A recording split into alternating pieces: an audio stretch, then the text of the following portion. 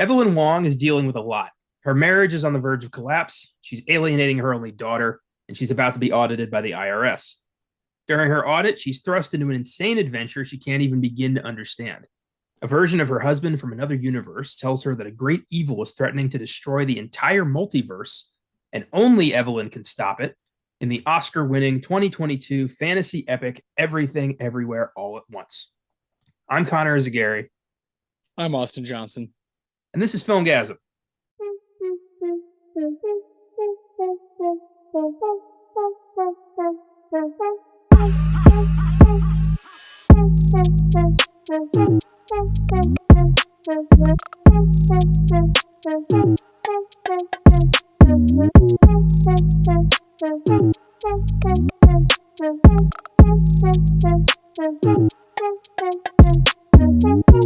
Welcome to the new and improved Filmgazm podcast. I'm joined today by Austin Johnson, who is here to help me dissect Everything Everywhere All at Once in honor of its recent Best Picture victory at the 95th Academy Awards.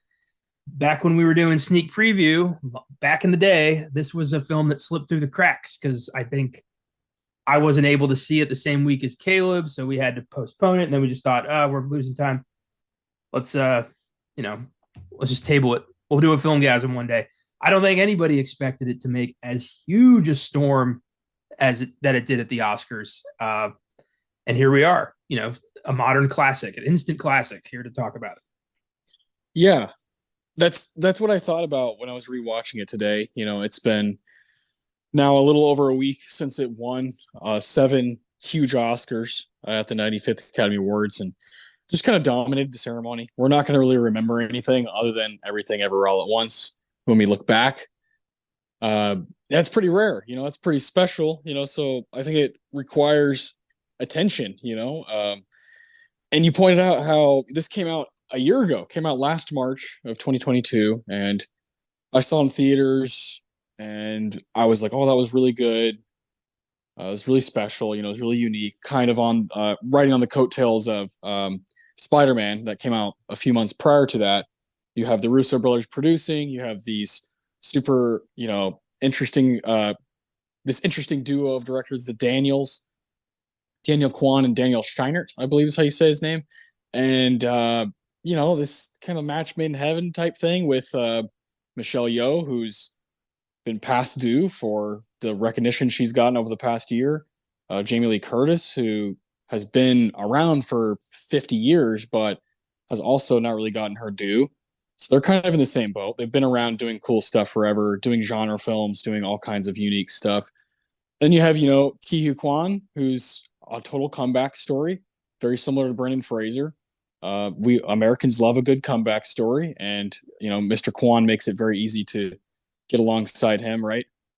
And then you have Stephanie Sue, who's kind of the newcomer and someone you got to look out for. So this kind of has it all, has the total package as far as, oh, it's a fun movie to get behind. But then when I rewatched it, I was like, this is just a good fucking movie. It's just a lot of fun. Got some obviously tearjerker type moments. So I don't know if the word deserve is a really hard word to wrap our heads around. I don't know if it deserves 7 Academy Awards, especially the way that it got them, but it deserves attention. And I love that it got that.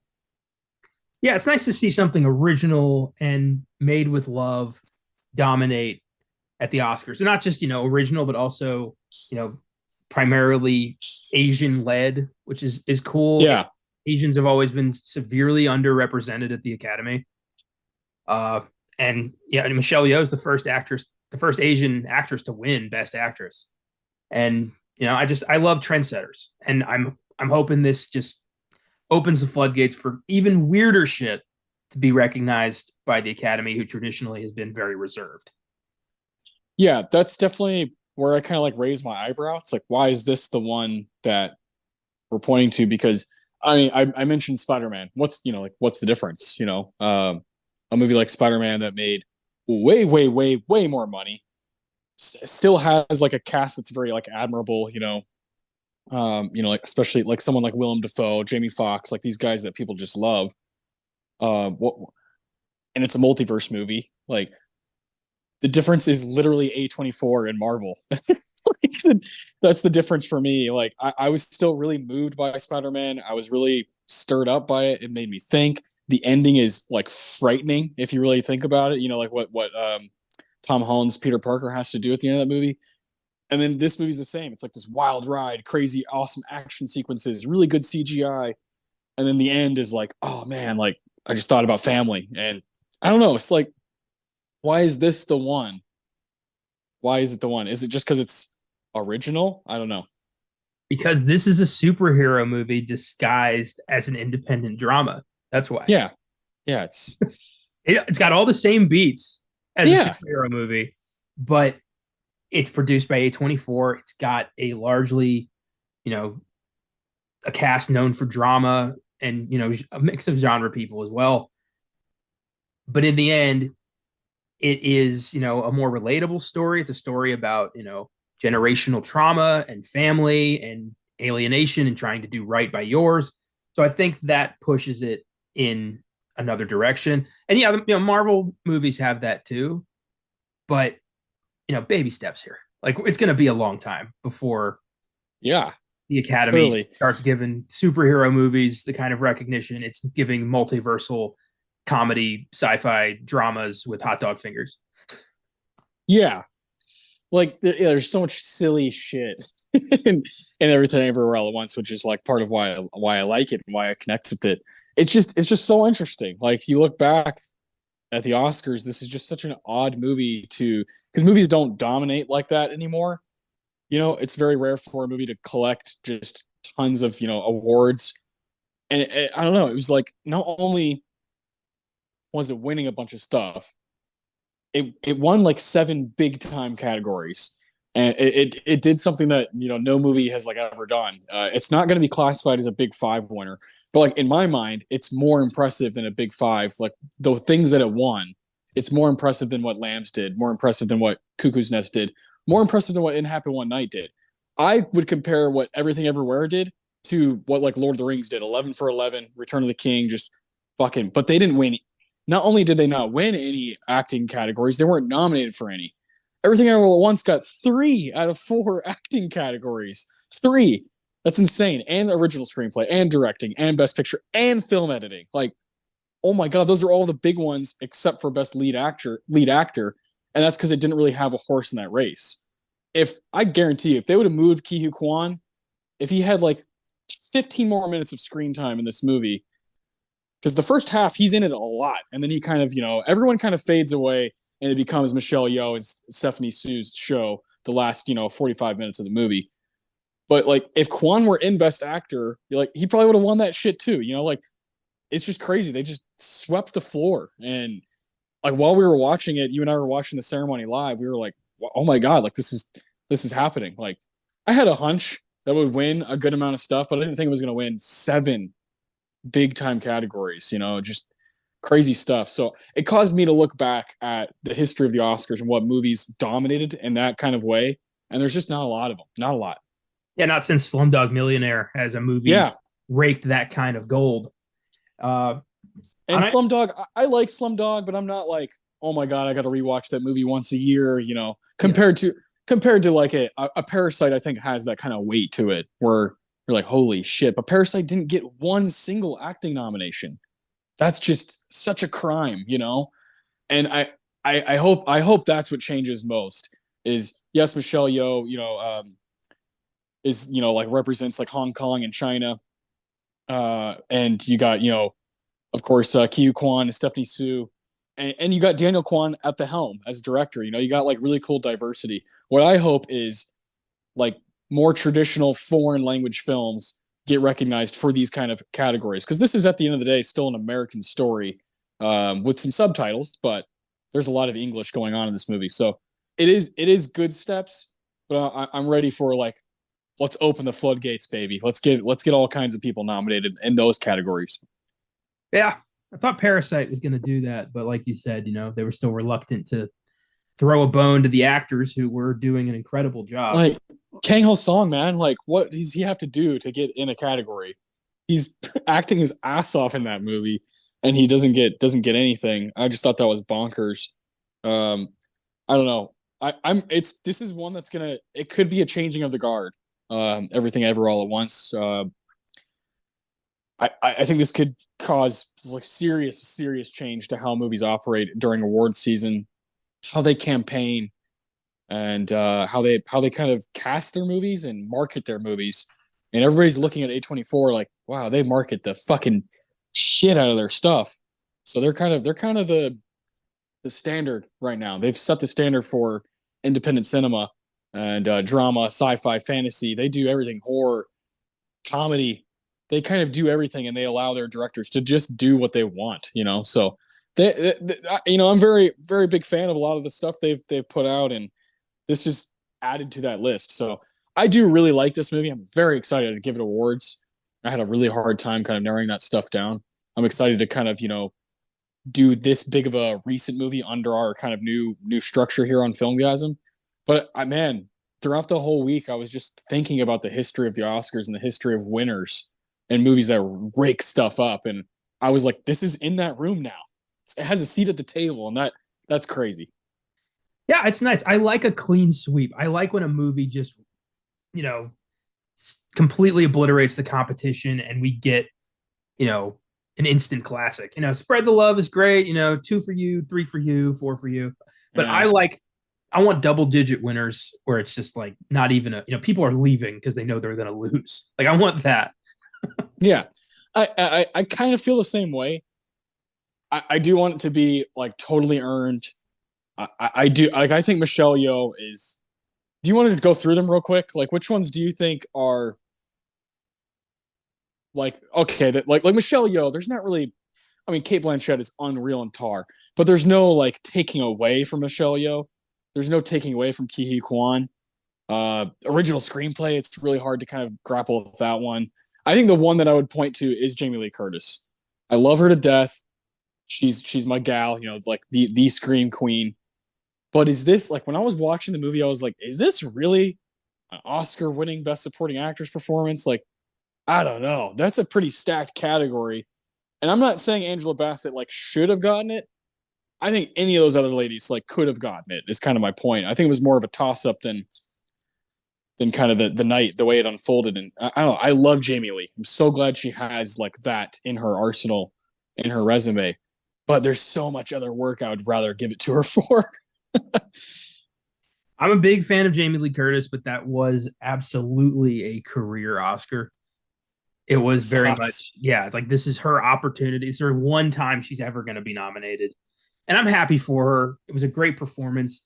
But this, if we're talking about deserved, this was Stephanie Sue's. That's kind of what I think. I like, especially within this movie, she's just the better choice. But like Carrie Condon from Banshees, and Angela Bassett was great, and Black Panther, and everyone kind of thought she was the one, like she was the shoe in. So she was all sad afterwards, which I totally understand. That is frustrating. You're like, dear God, I'm 7 years old. Like I just want to win something. I understand that she's gotten a lot of flack for it, but Jamie Lee is. When you're talking to people like us, like, look, we're not going to complain because she's like the star of Halloween. So like we're good with it, but we do have another part of our minds, you and I, like we like to look at the category and watch the work of everybody else, not just root for her we're rooting for, like, oh, I like her, so I want her to win. That's not what it's about. It's about taking your bias away and voting for the person that you think deserves to be spotlighted. And I'm not quite sure I was there. Best picture, cool. Like, I thought it was a pretty good category, I liked all the movies that I saw, and I was cool with most of them winning. All Quiet on the Western Front, Tar, this one. I thought there was like a few that like I would have been okay with. I would have like moved on with my life. It's okay. And same with Best Director. They direct the shit out of this movie. I get that. So the only one that I kind of questioned was Jamie Lee, which is funny because she's probably the one I connect to the most just because of her horror input. So I thought that was fascinating. Yeah, I don't like career Oscars. I don't like when it's, somebody's turn. And we see a lot of that. Every year there's usually one, whether it's an actor or a director or a writer or composer. Somebody's always like, okay, they'll be dead in 10 years, give them something. And Sad. I don't like that. It takes away from more deserving performances, more deserving work, and we end up kind of stuck with it. Uh, but at the same time, I am conflicted because I do love Jamie Lee Curtis, and her speech was Yeah. very, very sweet and good natured, and she thanked the horror fans, and it was like it was great, a Yeah. great moment. Uh, but yeah, it's the one that probably should have been different. Yeah. That's what I thought when I was rewatching the movie for this episode. Like, I Yep. hadn't seen it in a year, so I kind of forgot some of the beats of it. I remember the big picture stuff, but there were like, scenes here and there where I was like, oh, I completely missed that. Or there was continuity stuff that I was paying attention to that some of the stuff I missed or I caught on to, So I love rewatching movies for that. But I wrote my letterbox review for it. I said I had just as much fun in my living room by myself watching this movie as I did in theaters. Rewatchability equals longevity, 100%. Yeah, this time on the first time I saw this, I was like, this is fucking weird. What is this? I got up to leave when we got a fake out end credit sequence. Like I was in. Yeah. This time I was way more invested in the family drama aspect, and Yeah. I got a little teary eyed towards the end because I could see more in this time, which is always great. You should always see a little something else when you rewatch something, or else why bother? Yeah. Totally agree, man. So yeah, it has that going for it, which is great. Just a year around the sun here now, and it's still living, still doing its thing, and it's just going to get better and better as time goes because technology will get better. So people are going to do that thing that we do with movies from the 80s and 90s where like it still looks so good. I have a feeling we're going to be doing that with this movie. Yeah, surprised Criterion didn't snatch this up immediately like they did Triangle of Sadness. Yeah, I always wonder, man. We always have these conversations about Criterion. Like, what's the rules? What are the rules? I don't really get it, because this seems like right up their alley. Yep, it does. Maybe, I think not a lot of Best Picture winners are Criterion films. I think they got a little. I don't think they like that. Yeah, because it's kind of like, are you picking it because it's a Best Picture winner, or are you picking it because you wanted to pick it? So yeah, I see that for sure. I mean, like Parasite is one of the recent ones that is Criterion. Other than that, like recently, there's not, nothing from the 2010s. Well, to be fair, they've been pretty off the mark, other than Parasite. Yeah, yeah, I totally agree with that. The 2000s, I don't think there's any. I don't think so. I'm not seeing any Criterion Chicago's around. Silence of the Lambs Yeah. It Happened One Night. I have both of those. All About Eve is on Criterion, 1950. There's got to be some random ones in there. But like, no Rocky, really? No Godfather. Yeah, I don't know what the rules are. Like Godfather is not in the Criterion, but Armageddon is. All right. Okay, something's going on here. Yeah, like all aspects of film, it's subjective. It's who can, which studio is willing to, let another company have a portion of DVD sales. I mean, that's why Disney only has Wally. Yeah, that's a good point. Yeah. So it's all nonsense. It's all just, various clubhouses we don't get to play in. Yeah, bunch of hogwash is what it is. Well, that was a good opener there. So now let's talk about the movie itself. To get the juices flowing on that, I do have a question. Okay.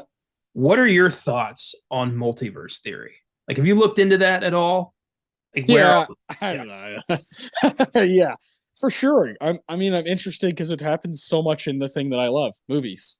So lately, yeah, it's the hot button right now. Yeah, it really is. Like the past 3 years, like so many movies, and not just like movies, but some movies that make a lot of money that people are interested in. I don't know. I mean, I think about it all the time because I think about it in the way that like the way I learned about it as a kid, which was not a kid, but a teenager, which was like Richard Linklater's Slacker. Like the way that movie deals with like alternate paths and alternate universes, and like every decision you make branches off to something else. I've always found that to be so fascinating, but I like to take it from that scale. Like in that movie, the very first thing that happens, Richard Linklater is he gets off of a bus and he gets into a cab. He's talking to the cab driver, and he's like, "What if I wouldn't have gotten this cab? What if I would have taken a different bus? What if I would have walked to where I was going?" He's like, all those different things, like mean my day and your day would be maybe not significantly different, but they'd be different. I like that. I like that normal, everyday kind of thought process of what if I wouldn't have gone to this place to get food? What if I would have gone to that place? What kind of experience would I have? Would I have met somebody I was supposed to meet? I don't know. I always think about like those little things rather than like, the way Spider-Man wants to take it and Doctor Strange, these massive, massive ideas where it's kind of like playing with the cosmos. Like my mind can't go there, but my mind can go from today. I ordered food from DoorDash. What if I would have gone to get it myself? Maybe I would have had an interaction that would have been meaningful to me. Maybe I would have heard a song on the radio that I haven't heard in a long time. I don't know. Or maybe I would have been miserable when there would have been traffic and I would have been like, fuck this shit. Who knows? Maybe I would have had a more negative experience if I would have done that. So, but like it all has consequence, or it all has reason, even if it doesn't, mean anything. Those things do happen. So I love thinking about that kind of stuff. That's why everything you do doesn't, of course it doesn't, like this movie brings up, like it doesn't matter, but it does. It does. It does, because if I'm kind to you, you're gonna say, "Oh, like that was nice. That was nice. Like that guy was cool." If I'm like, "Fuck you," and I'm a dick to you and I flick you off just because you cut me off, on the highway or something, you're gonna be like, "Fuck that guy." And you're like, a tribalism is gonna come out in you, and like a negativity and like like that matters, because now your day's skewed a little bit, and mine, I could have given you a different outcome. So like that matters. That matters. Like your days do matter. Like your attitude does matter. And I think it's important. Like that's why I love what Wayman says when he's like, even he says like that scene when he's like, we have to be kind to each other, especially when we don't know what's going on. I love that. I love that idea. That's kind of how I think about it. So this movie definitely hits some points of my interest in the multiverse, but mostly it's like really ground level for me. Like really, like what would actually happen if I did this instead of that? Whereas you might be asking, what do you think about like the, kind of higher level thinking about multiverses? Can it happen? Is it real? I don't know. Yeah, I don't think anybody does. It's fun to speculate, about decisions that have led you here, and had you taken a different path, where would you be? I mean, the events that led to, a podcast are a ripple effect of several different things that happened at the right moment that allowed me to meet you, and it just went from there. So I do think about that constantly. Like if I had just decided like, nah, I'll reach out to somebody else and not go back to Draft House, what the hell would my life look like today? Yeah. I don't know. Would I even be going back to grad school? Like, would that even, or going to grad school? I never went, but you get it. It'd be would I even be living in Texas? Like, would I? Yeah, it's terrifying. It's terrifying, but it's also, I think it's like extremely powerful to realize that, like when you put your left foot in front of the right, like that, like it matters. Like there's like a purpose, because it is going to end up shaping how you live. I mean, like you can. That's like a big deal to me, is like meeting a human being that ends up being someone that's in your life. Like being able to track back like how that happened is like important to me, and very cool and nostalgic, because then like dozens and dozens and dozens of memories follow that. So yeah, even if like you and I wouldn't have been, because it takes a certain amount of vulnerability to become friends with somebody and to be able to like put your walls down and just talk to another person. Like even if one of us or both of us weren't available for that at the time, like we wouldn't be doing this podcast. I would have never done a podcast So like, I don't know what I'd be doing if I wouldn't have filled out the application for Alamo Draft House. I wouldn't have met you. I wouldn't have met my wife. Yeah. I wouldn't be a dad. If I were a dad, it might be with somebody else, or probably would be with somebody else if I even were. I don't know. I mean, completely shapes those moments shape completely who you are. And so you don't know when that's coming. It's like, that's why it's important to be kind to people, is because you don't know when that's going to happen. Like, I didn't know when I started working in a movie theater that I was going to meet like a handful of people that I see every week. And in my wife's case, every day. I just came from someone that we met at the draft house, Leslie. She just moved. We were like helping her do stuff during the weekend, this past weekend. And like, I mean, she's the first person I met when I started working there. I met her before my wife. I met her before you. And like, I still see her like weekly, sometimes twice a week. And like, I hang out with her kids. Like, that's a huge part of my life. And it came from just saying, "Hey, how are you? I'm good. Who are you? Where are you from?" Da, da, da. Like those simple things that you do, just being friendly, it can blossom into your life. It's crazy. Yeah. Just for a recent example, Isabel, who joined our team, Yeah. she and I were doing fake true stories. I only met her because I decided to go early to class one day, and because I wanted to go in the empty classroom and read. But when I got there was already a class there. So I was waiting outside. And then she showed up early as well. And we started talking outside the room. That's now she's become one of my closest friends. Like that's Yeah. how we met. Complete That's coincidence. great. I love that. It is bonkers to just think like, what if? It's wild. Um, Yeah. I like to think that when we die, consciousness lives on. And consciousness, who you are, goes, awakens in another universe, awakens in another timeline, another life. And the moment of death and birth are the same moment. The moment you close your eyes, you open your eyes anew somewhere. Yeah, man. Yeah. I mean, you could end up in fucking, Paul Thomas Anderson world. That could be a real place somewhere. In the multiverse theory, it is. You could be in Yeah, the yeah, yeah. Yeah. I don't know if I want to be in that. Uh, I don't know who I'd want to be, close to in that movie. Well, I'm not Yeah. saying you'd end up in the San Fernando Valley. You'd just be in a world where Dirk Diggler's a real guy.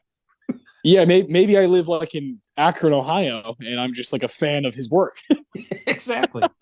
Yeah, you've got Saturday Night Beaver on Laserdisc. Yeah, I am a Jack Horner disciple. Oh, that's good. I love that. I love that. Yeah, it's cool to speculate. The whole, the more you think about the multiverse, the more it makes your head hurt. Just the idea of endless possibilities, a universe that's branched off of every decision you've ever made. It's Yeah, it's hard to fathom that kind of, growth. But extremely, extremely. But I think it is good for you to let yourself go there every now and again. Maybe not like every day, like because you'll probably turn into a freak. But I do think it's cool to go there, especially when you're with your friends, like talking about your own life and what if this would have happened, what if I'd done this differently. It's a cool kind of memory game. Can you pinpoint why you and this person are here? And one of my favorite things about this movie is when you're a child and your parent isn't giving you what you need, you're the only thing you can blame is them. And this movie like captures that so fucking well. Like it captures that tension, especially between mother and daughter, that is just so hard to put into words and so hard to put on screen. And they did a pretty fucking good job of it. yeah, that's what got the Oscars attention. The multiversal stuff, hot dog fingers and kung fu world. That's cool. But at the core of this movie, it's a relationship on the precipice of destruction and finding your way back. And Yeah. that's what people like, I think, above all else. Yeah. Yeah. People do the Oscars, especially do love they love that parking lot scene. Yes, they do. Yes, they do. All right. So how did this movie come about? How do you conceptualize something like Everything Everywhere All at Once? Oh God, cocaine and acid. Uh, the film was written and directed by the filmmaking team known as the Daniels, Daniel Kwan and Daniel Scheinert. They got their start doing music videos and short films before their 2016 feature film debut, Swiss Army Man, starring Paul Dano and Daniel Radcliffe, Hell yeah, which is such an oddball movie. You yeah. could never you could never explain it to somebody. They got to see it because the second you say Paul Dano rides a farting corpse to safety, they're checked out. Yeah, they're checked out and I'm in, And if you wanted to know where the hot dog, fingers, like, if you like that kind of stuff, watch the Swiss Army Man. It's got stuff like that going on nonstop, just silly, goofy shit. That is just like, what? Why? Like, why? But it's silly. It's like a dad joke. It's just funny, Like farting is just funny when it's Daniel Radcliffe just like ripping ass, and you're like, what? Why? Why are we doing this? This is, and you got Paul Dano, who's like this serious actor. He's been in like so many amazing movies. 2 years after this movie comes out, he has his directorial debut. You're kind of like, what is going on here? It's like, well, clearly the Daniels have a hold on people. Yeah, nothing. I'll never forget the montage song. I thought that was the funniest shit. Yeah. Yeah, I love that movie. I saw that in theaters by myself in 2016 when I was living in Houston, and I was just dying laughing. And like when I walked out of the theater, people's faces were just like, ugh, like what did I just put myself through? And I was like, that's one of my favorite movies of the year. That was my attitude. Yeah, I enjoyed it. I watched it on Netflix on a whim and thought, like, this is bizarre, but I'm into it. Like, I've certainly never seen this before, and that's a big one for me. Same here, man. I definitely, if you get like extra points if I have never seen anything remotely close to what you're doing on the screen. So yeah, that I like, even if the story is like bullshit, that's still like, I have a soft spot for stuff like that. Yeah, me too. So the Daniels began researching the multiverse in 2010. This was an early idea for them. And they were super worried when Spider-Man Into the Spider-Verse came out in 2018 because they thought they'd been beaten to the punch. They thought, oh shit, someone else did a multiverse movie. Now we can't do our multiverse movie. It's not how it works in Hollywood. No. Nobody does it. Nobody does anything once. Plus that movie's animated. It's not really going for the same thing as far as its themes.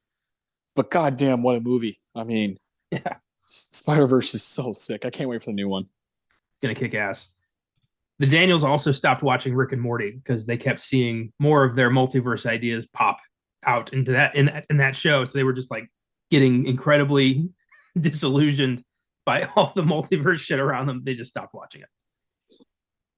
That's definitely fair. There are like your fundamental base ideas that branch off of multiverse that Rick and Morty just attacked so early. I would say they're kind of the ones that brought to the forefront, made it really popular, where you'd have, an episode where there's literally, 20 different screens of different Rick and Mortys, kind of doing similar things, but there's always something quirky about each one, and it gets your mind going, and it's just entertaining. Yeah, when you're doing something this insanely conceptual, you gotta find a through line, or else it's gonna be way too much for people to handle. Yeah. The martial arts sequences in the film were heavily influenced by the films of Wong Kar-wai, which is pretty cool. You can tell, yeah. Yeah. No. Yeah, for sure. I mean, that's my favorite thing about this movie getting recognized by like all the award organizations is it is a like really, really good martial arts movie. And you have the queen of like Hong Kong, China martial arts movies, Michelle Yeoh, who's just been doing it for like almost 40 years. And so for her to do it again when she's in her 60s and she still has she's got like all the stances down, she knows exactly what she's doing. Oh, that's just so fucking cool. Like, I don't know, man. I could watch her all fucking day do that kind of stuff. And so I've been doing that because Criterion has that collection, the Michelle Yeoh Kicks Ass collection. So I've been going back and watching some of her like 80s and 90s movies, and God damn, that girl just so badass. She does exactly what the collection says. I tell you what. That's awesome. To me, I always knew her as the Bond girl from Tomorrow Never Dies, Wei Lin, the Chinese. 1997. Yeah, Yeah. she was the Chinese agent who's signed to take down media mogul Elliot Carver, and she and Bond team up to take down Jonathan Pryce. It's a ridiculous movie, but it's It is, very but it's fun. It's fun, and yeah. and she becomes the second Bond girl behind Halle Berry to become a best lead actress. Both in the minority and both fucking kick ass, and they both represent a ton to hopefully the Oscars moving forward.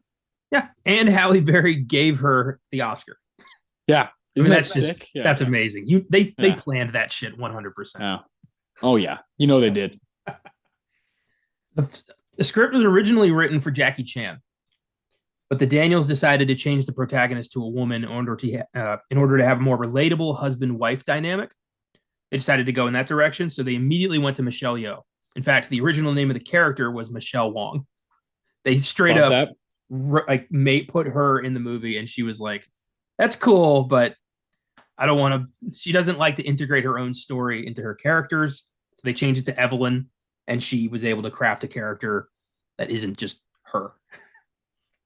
Yeah, and they still managed to put a universe in which she's playing herself as a movie star, and you can see her on the red carpet for a Crazy Rich Asians premiere. Like, okay, come on. I didn't catch that the first time, but I saw that with headlights this time. Yeah, it was pretty glaring. You're like, oh, that's Michelle Yeoh. Okay. Well, it's multiverse, so yeah. Of course. Yeah, no, yeah, she's gonna have. I would hope in my multiverse, I'm fucking Leonardo DiCaprio or some shit. You know, I hope somewhere out there I'm just in movies every year, and that's great. Not here, but somewhere over there. Aquafina was originally cast as Joy, but she had to leave the project due to scheduling conflicts. She ended up getting replaced with Stephanie Hsu. So yeah, what do you think? I like Aquafina a lot. I think that would have been a big miscast. I think she is like way too much of a scene stealer. Stephanie is like, oh my god, she can just when she's just driving away at the beginning of the movie after her mom calls her fat and is like, you need to eat healthier, you're getting fat. The way she drives away and just uses her lip, like the quiver of her lip while she's driving with the window down, is like, whew, god damn, like that's some stuff. I feel like Aquafina would have to be like yelling, and she's very like animated. Like in every movie I've seen her, and she is like the person you walk away like, man, she was fun. Joy is not supposed to be really like a fun character. It's supposed to be like a methodical, make you really think about life and family and being a parent, being a child. I think Aquafina, she's really very talented, and I really like her, but I think that would have been a mistake just as far as the tone of it. But hey, I'm always here for people to prove me wrong. Well, yeah, I think you're right. You know, Joy is a character who's so hurt and just, broken by her mother that it drives her to want to literally obliterate all of existence. Yeah. That's a dark character. That's a dark place to go to, where you are so like lost in all of reality and you think nothing matters because you don't think you matter to the person who matters the most to you. Yeah. And I think you're right. I don't know if Aquafina could do that without making it hilarious. Yeah. She's so charismatic and so kind of like her like lingo and the way she kind of operates is so far from like what this movie's doing. This movie's doing kind of a classic Chinese American family in California, operating kind of a mom and pop type shop, and their kids, is like a little lost. She doesn't quite know exactly what her identity is, but she's like, yeah, I do. I want to prove it to you. And it's got all those things going for it. I feel like Aquafina is just like, fuck you. Like, I'm just going to own the scene. There's nothing you can do about it. Like in Crazy Rich Asians, she steals the show over and over in that movie when she pops up. I think Stephanie has more of like a subtlety to her that I thought was so necessary for this movie. And she really made me think about my acting award. Stephanie Hsu, this is really an honest three-way tie in this movie for who I think has the best performance, and she's one of them. Yeah, you're right. No, I still haven't seen Crazy Rich Asians. Dude, you gotta check that out. Michelle Yeah. Yeoh's also in that, and she's great. She's awesome as kind of like this. She's kind of annoying, to be honest, Well, because she's the rich mom, and she's just kind of being a dick. And she like she comes around, of course, like later in the movie, but it's cute. It's a cute rom com. And it's cool to see a rom com about about Asian people that is not kind of labeling them or stereotyping them in some certain weird way. It's like, let's just make a good rom-com that's usually about white people but replace them with a totally different cast. I love that. yeah, yeah. I wrote a whole goddamn giant ass Yeah, thesis about that. yeah, I love yeah. that. You would like it, man. You would like it. It's cute. Yeah. I saw most of it out of order when I worked at it. Yeah. Yeah. I hear that, man. That made me not want to watch it, but then Brianna is a big fan of it. So she was like, let's sit down and actually watch the whole thing. And I was like, you know what? This is pretty good. I gotta say, the people were right. Surprised that they never did like the other two books. I thought that was a huge hit. Yeah, and yeah, it came out now like 5 years ago. So what's going on? I don't know. Yeah. 80s child actor Ki Hoi Kwan came out of retirement to play Evelyn's husband, Waymond. Kwan had retired in 2002 due to a lack of casting opportunities. He rose to child acting fame in the 80s with his roles as Short Round in Indiana Jones and the Temple of Doom and Data in the Goonies. And I was just so happy to see him again, like because I'd always wondered, what happened to him because I loved him in those movies. Those are two of my favorite movies, and then to see him come back, you know, after being denied so many opportunities just because he was Asian, white man's Hollywood, to have him back and now as an Oscar winner, that was just so satisfying. And he's such a wholesome, friendly, kind-hearted person that it's just good to see somebody good get something that they deserve. Yeah, God, this was the one that kind of broke me the most, just because nothing happened. Like Brendan Fraser's story is much different. Something like horrible happened to him, and then kind of created this downfall. With Kwan, it just became, oh, you're not like a young Asian boy anymore, so like fuck off. Yeah. That's like the attitude that people had, that Hollywood had about him, and that's like, oof, that's like that hurts. That's like what we do. We like people are so disposable, right? And he became, when he wasn't Short Round anymore, it became like, oh, what are you gonna do now? Like, so for him, I don't know, for him to find this movie, Michelle Yeoh's been around, Jamie Lee Curtis has been around, they've been doing stuff, they're fine. They're also like Michelle Yeoh in the same year like voiced characters in Minions and like different cartoons, and like she's always got stuff to do. She's always got work. She's like the queen. But Mr. Kwan, just it's literally 20 years of not working. On IMDb, he only has 18 acting credits. That's a guy who started 4 decades ago. So from 2002, he's in a movie called Second Time Around, and then he's not in a movie again until 2021, Finding Ohana, which nobody knows what that is. And then he gets the Everything Ever All at Once. Now he's going to be in Loki season 2. He's going to be in American Born Chinese. He's, a bunch of his cast members are also going to be in that, from Everything Ever All at Once. So that was the most rewarding kind of Oscar run, kind of just, Cinderella story. And then I rewatched the movie and I was like, fuck, he's good. like I wasn't just kind of like, oh, this is cute and like good for him and like let's get behind this like very American, like American dream story. I was like, no, like Waymond is a fucking sick character. He is lights out. His action sequences are so cool, and right from the get-go, he's got some dramatic scenes in this movie where I'm like, man, he's good. Like, how did he do that over 20 years of not, being on screen and doing stuff? How did he like have that talent still in him? It's crazy. Well, what I've noticed, particularly, it's weird. What I did for my thesis has shown me an entirely different side of Hollywood that I've never paid attention to, and now it's all I see. Yeah. If you're white in Hollywood, if you are a white person and you want to be an actor, there's a good fair chance you're going to get that dream. You could suck It doesn't matter. You're white. Yeah. You got the job. Congratulations. Every other race of people, there's like a fucking quota. And if that quota gets met, goodbye. You don't get to have your dream. Even if you're already in Hollywood, if somebody else comes up, you get tossed aside. If you look at trends, like, it happened with, with black people, with Asians, with Hispanics, there's a certain, pool of actors who you see constantly in certain decades. And then the next decade, sometimes it's somebody else. Whereas white people, it's, constant evolution. It's constant, people who come up get to stay. People become icons. But people like, Keho Kwan get tossed aside because they're not cute anymore. And then the jobs dry up. If he'd been a white kid, look at Shia LaBeouf. Jobs didn't dry up for him until he started punching his girlfriend. And even then, he's like still in shit. Yeah. I mean, yeah, he's gotten like 14 chances. Yeah.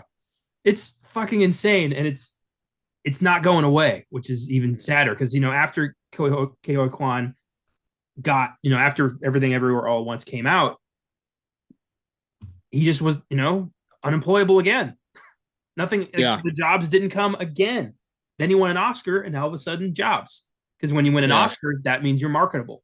It's fucking, it's disgraceful. I'm happy for him. I'm happy for his success. I just don't like that it came at such a, expense of so many other opportunities for him. Yeah, and you think about, the space between the notes. You think about like, well, from point A to point B, from, his 80s and 90s stuff to, which his 90s stuff, let's be honest, it's like 4 movies. It's not a lot. It's like really the one that people remember him for is Encino Man because he was with Brendan Fraser in that. That's not exactly a great movie, It's very silly, very fun. I like it, but it's not like a some fucking classic. It's just a fun movie. But he doesn't have this arsenal of stuff because of the way he got just dropped after, like you said, he didn't have the kind of the high pitched voice and just the cute little boy face. And I don't know, when I see it still, like I see that charm, like still to this day, I see it. And when he, when he gets dressed up in those scenes, when Michelle Yeoh is Michelle Yeoh in the movie, Kwan looks fucking good, man. He looks fucking, dashing. He is, with his glasses, smoking a cigarette, just kind of talking philosophically to her. Like, this is a handsome motherfucker. Like, get this guy in some movies. Let him lead the movie, not just be some side character. Let's get him in the movies. I want this guy to have stuff written for him. That's the kind of talent that like oozes out of the guy. I still see that charisma and that charm that he's had since 1981, 1984. So come on, let's give it to him. Yeah, I'm with you, man. I want a short round Indiana Jones adventure led by him. Like, I think that would get the ball rolling. Yeah. Like, I want this to stop. I want people who are talented to get the opportunities they deserve, regardless of their skin color or their ethnicity, their race, their gender. Let's just let talented people be fucking talented. Why do we gotta do that? Yeah. Yeah, man. Yeah. No qualms here. So indie film producing juggernaut A24 produced the film, developed a strong marketing campaign, and along with Spider-Man No Way Home, Loki, What If, and Doctor Strange in the Multiverse of Madness, Everything Everywhere All at Once became yet another face of the ongoing 2022 theme of multiversal adventure. It's all Marvel shit and this. Yeah. Yeah. I'm honestly really surprised DC didn't try to launch some multiverse bullshit. They can't. There's no continuity, so they can't. They really can't. No one can be on the same page. No, none of the creators know what the fuck's going on. So it's just, it really for me is like at this point, it's Matt Reeves' Batman that I have hope for, and everything else is like I might watch you on HBO Max one day, but I'm not gonna pay for you. That's kind of how I feel about DC. Yeah, I decided not to go see Shazam: Fury of the Gods. No thanks. Like I've not a care in the world for that. I thought the first one was okay because I watched it at home one time, but I'm not like, oh man, I need to see this in order to be ready for this. There's no continuity. They don't know what they're gonna have a new idea in 2 years of like, all right, now we're on the same. Now all these movies are gonna connect. Now we're gonna do this. Like, no, I don't believe in any of you. None of you make any fucking sense. So I'm like, I'm good. I don't need to do that. I can find there's thousands of other movies I have to watch. So I don't need to fit you into my calendar. I have I have some confidence in James Gunn that he knows what he's doing. I just hope he doesn't get held up by the suits who Yeah, fucked this up the first time. So we'll see. yeah. No, that's an individual that definitely cares about his job and like the way he's perceived and like how his movies are perceived. But it might not matter. It might not matter. So that's the sad part. True. Well, Everything Everywhere All at Once certainly matters. It has an IMDb score of 7.9, Rotten Tomatoes score of 94%. Critic consensus reads, led by an outstanding Michelle Yeoh, Everything Everywhere All at Once lives up to its title with an expertly calibrated assault on the senses. Well put, Rotten Tomatoes critics. Well put. I like that. The film grossed 112 million on a budget of about 14 million, which for an independent film is pretty damn good. Oh yeah. It was nominated for 11 Oscars, winning 7. It won Best Director, Best Actress for Michelle Yeoh, Best Supporting Actor for Ke Huy Quan, Best Supporting Actress for Jamie Lee Curtis, Best Original Screenplay, Best Film Editing, and of course, Best Picture. It was also nominated for Best Supporting Actress for Stephanie Hsu, Best Original Score, Best Costume Design, and Best Original Song for This Is a Life, which was an interesting song. I let it play a bit in the end credits, and I was like, this is weird. David Byrne is weird. I love that song. Song's fucking awesome. The film is currently streaming on Paramount Plus and Showtime if you want to watch it yourself. I had the Blu-ray. That was not a problem for me.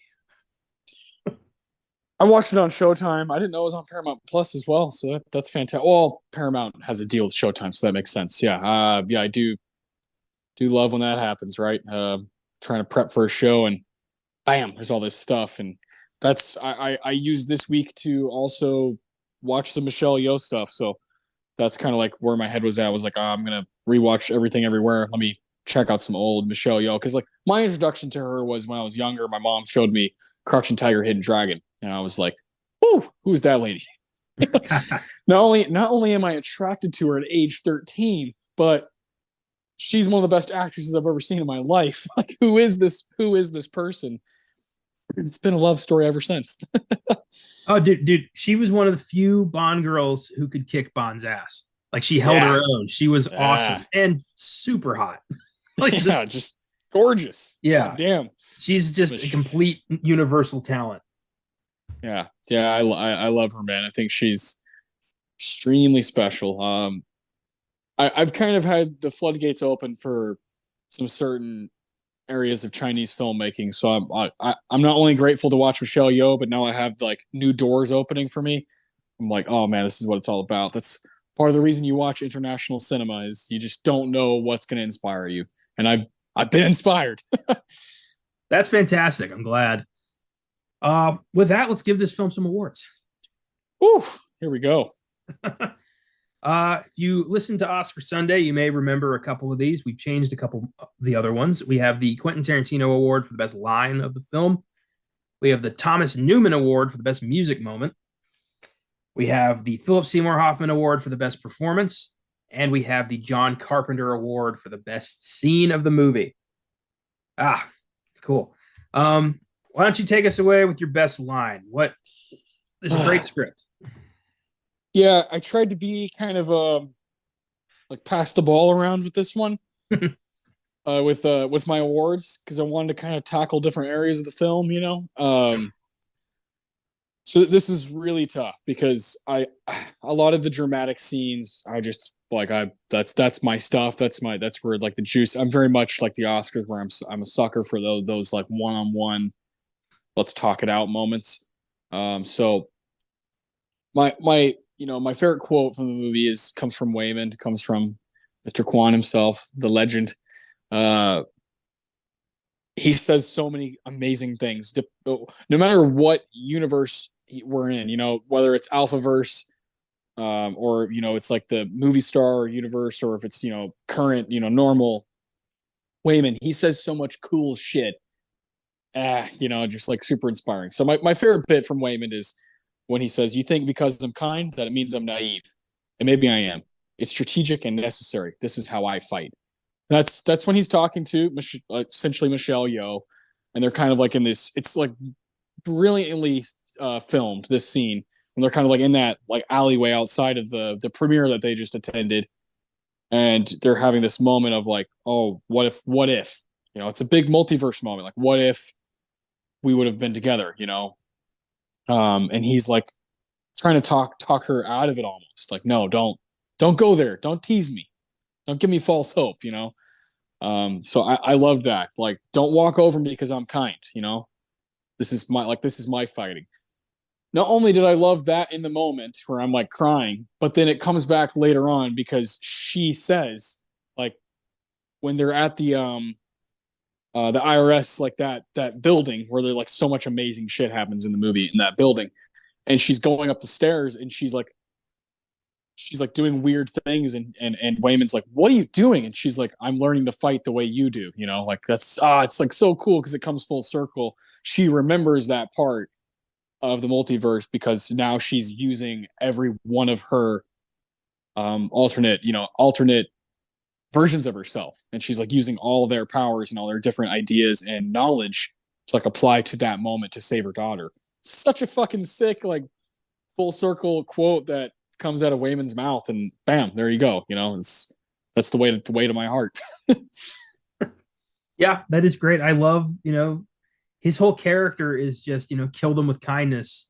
Yeah, You don't know what someone else is dealing with, so might as well treat them like a human being. And, ultimately his way of fighting is how she saves everybody.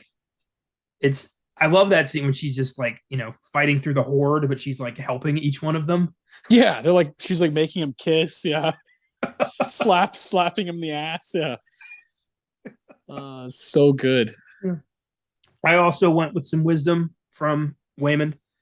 Yes. You had brought it up towards the beginning of the show when he says, "The only thing I do know is that we have to be kind. Please be kind, especially when we don't know what's going on."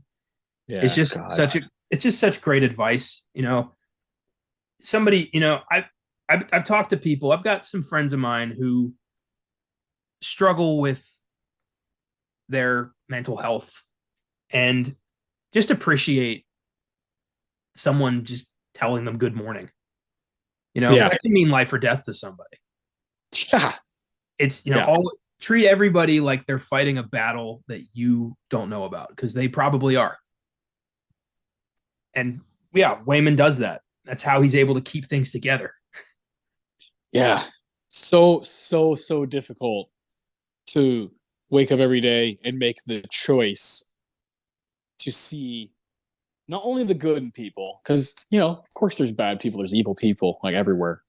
You're not, and I love that he points out, I'm not naive, like, I'm not a fucking idiot, but I choose to, if that person is doing something bad to that person, someone probably did something bad to that person to make it a chain reaction.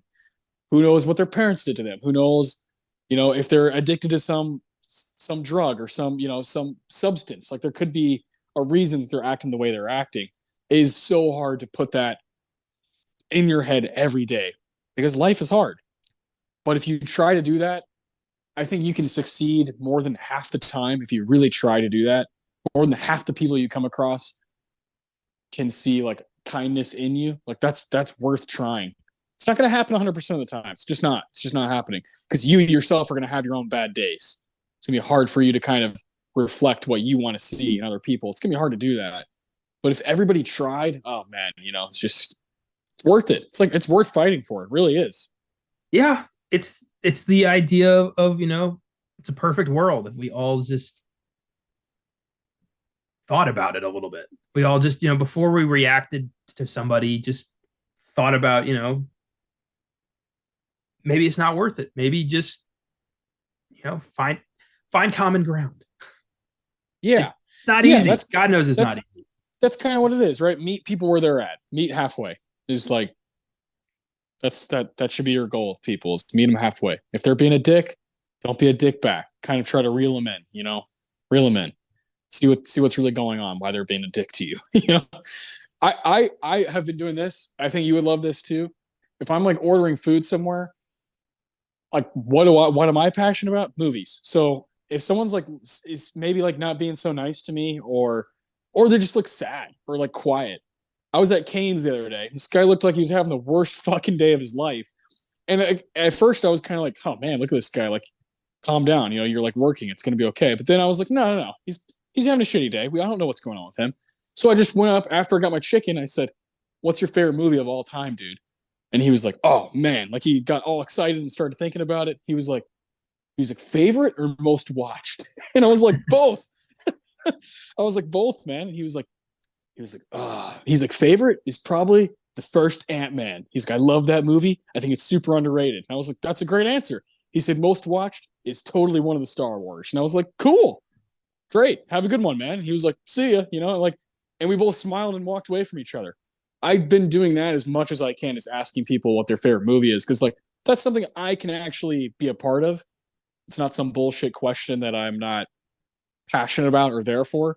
I'm going to have my own answer back for them, or my own, oh, wow. I've never heard anybody say their favorite movie is Ant-Man ever. That's the one guy from Cane's. And I'll never forget that. That's awesome. I love that. I love that. Yeah, that's a question that's going to brighten people's day. It's going to, someone's invested in something that they think about. Like, that's great. That's fantastic. Yeah. It's fun, dude. You should try it. Or TV show or band or whatever, Get people talking about what they do in their spare time, not the bullshit they're doing at work. They don't want to talk about that. They want to talk about like what they want to do at home. What's your favorite video game? And they're like, oh, you just opened a fucking portal, and like, you never know what you'll get out of it. It's fun.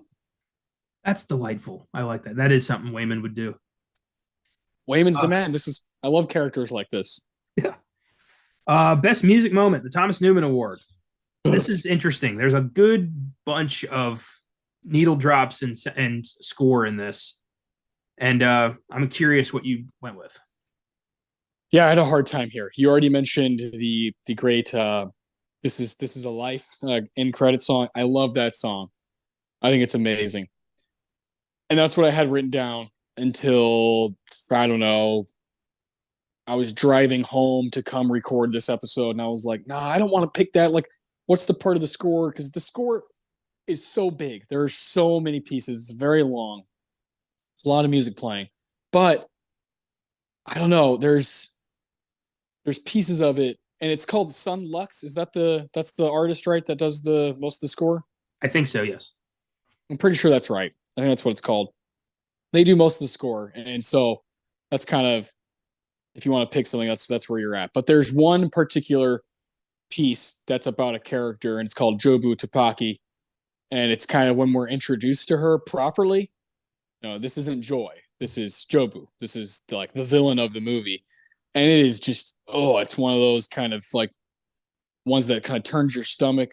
This is as much as I love a Wayman and kind of a do-gooder, I fucking love villains, and I love female villains, especially someone who dresses the way she dresses. She's got all these crazy different,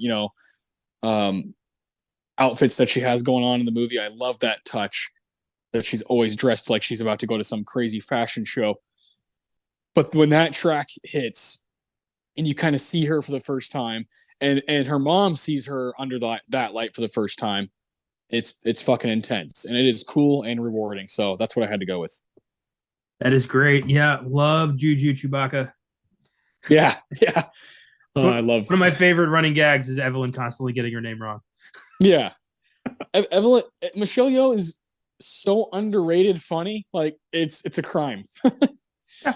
Well, it's just this, a second generation Chinese immigrant who runs a laundry and is forced into this crazy adventure. This is exactly how they'd be reacting.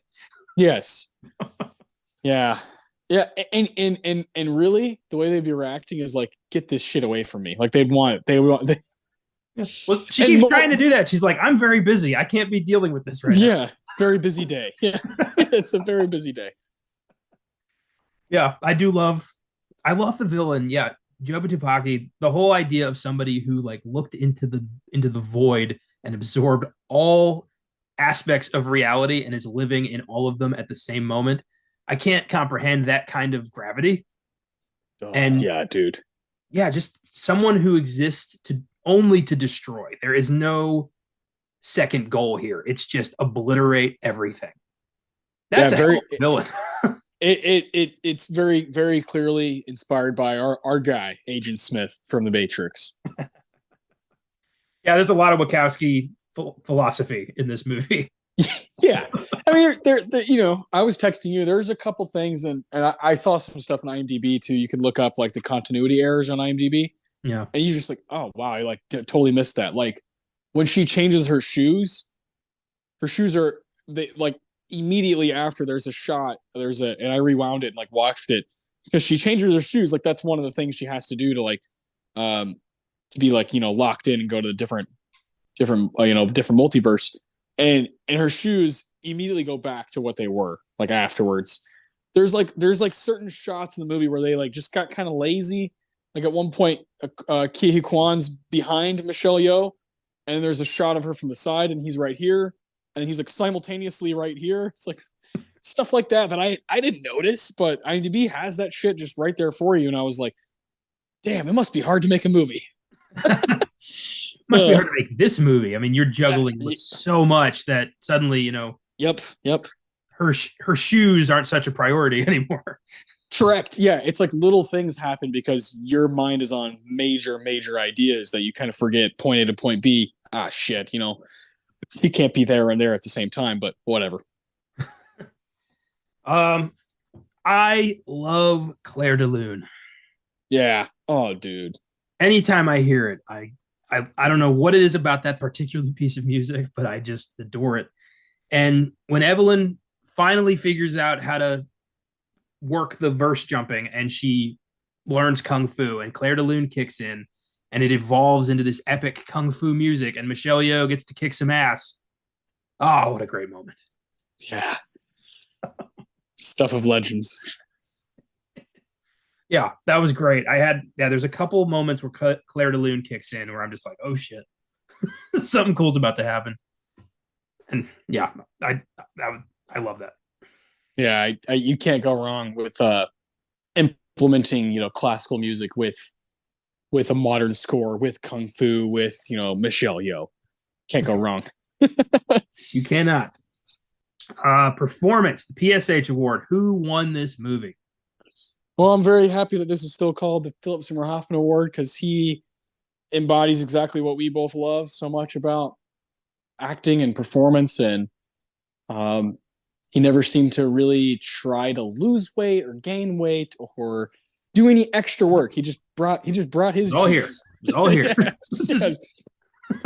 In between the ears type stuff. And yeah, so I'm glad we still have it called the PSH.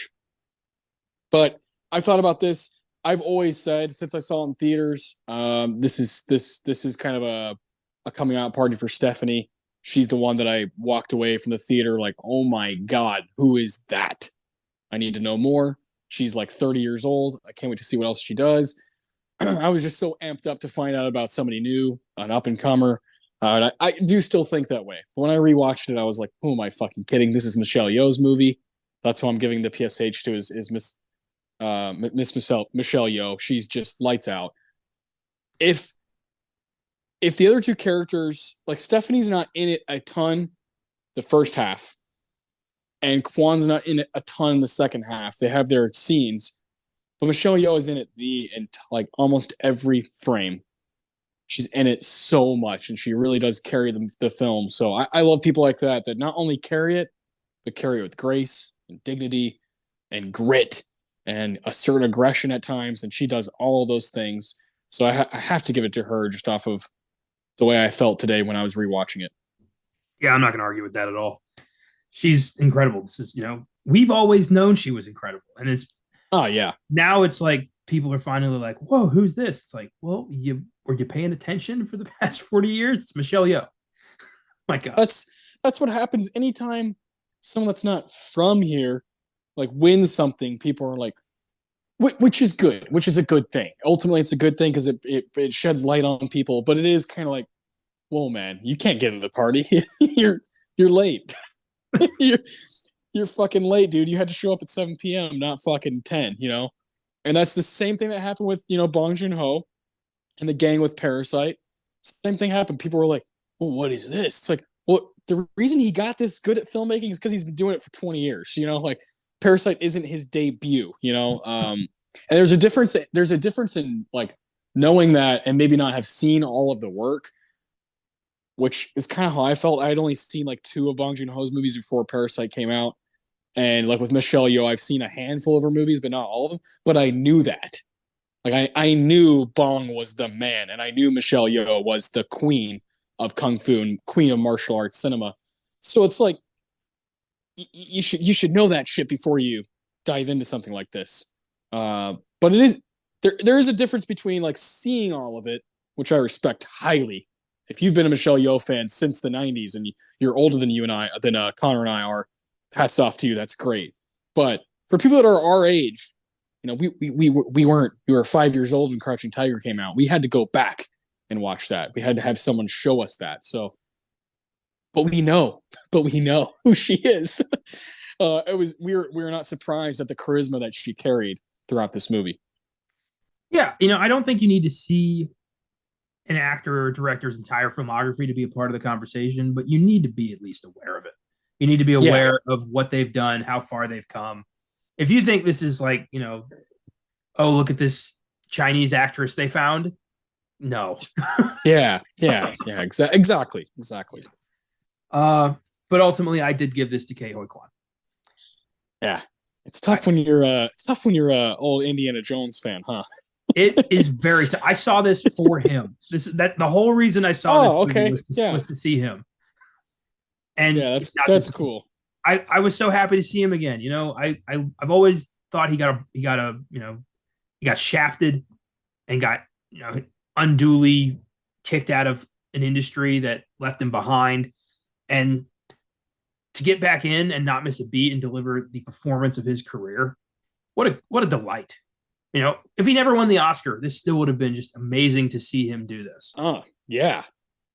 And just that he kept getting recognized and nominated over and over was enough. But then to cap it off with the excitement he had to get on stage, the microphone was too high for him when he got on stage, so he was like, "Fuck, I gotta lower this thing," and he did the whole like, "Look where I came from, look where I am now." He was like, "I came here on a boat.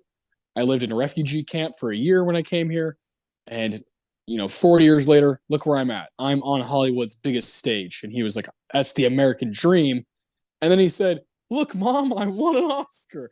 Like, how does that not just rip your heart in two, It was beautiful. And then at the end of the night, fucking Harrison Ford, of all people, presents the movie Best Picture, and they hug on stage. And it's like, it's beautiful. It was such a parade of great moments. And I wish nothing but the best for him in the future. I'm excited to see what he gets to do next. And this was an amazing performance of just a humble, quiet man who steps up when he has to. And I love that. He's a role model. Straight up. Well said, man. Yeah, so good. Love him. Love everybody in this movie. I also really liked James Hong, of course, legend. Plays the grandfather. He is wonderful. Jenny Slate randomly in this movie as Big Nose, and she was great. Biff Whiff plays Rick in this movie, the weirdo who's like kind of hitting on Michelle Yeoh at the beginning of the movie. This is just an awesome cast. Everybody's on board for this wacko movie, and it worked because everybody was ready for it.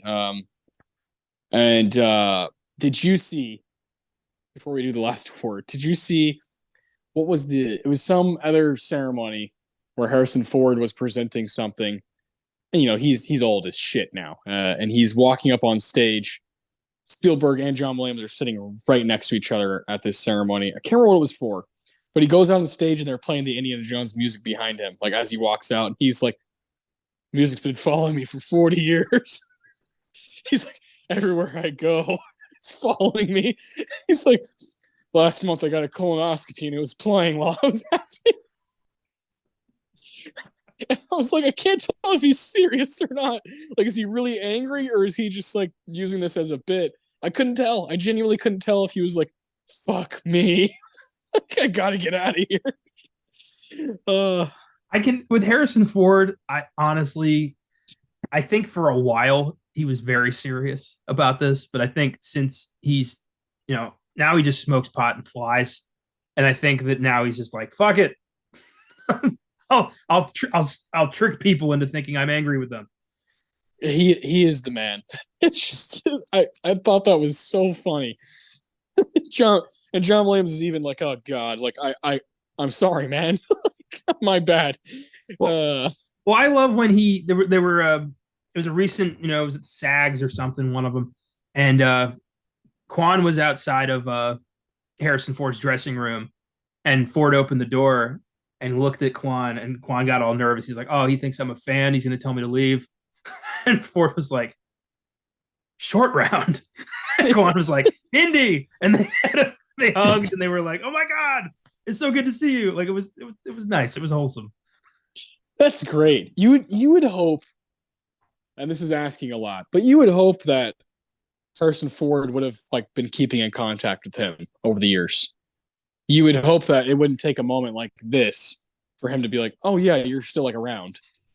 Well, you'd think Spielberg would have maybe thrown him a bone over the past 40 years. You'd think, even more of a I mean, you've made 50 fucking movies since Indiana Jones. Like maybe I could be in like 2 of them.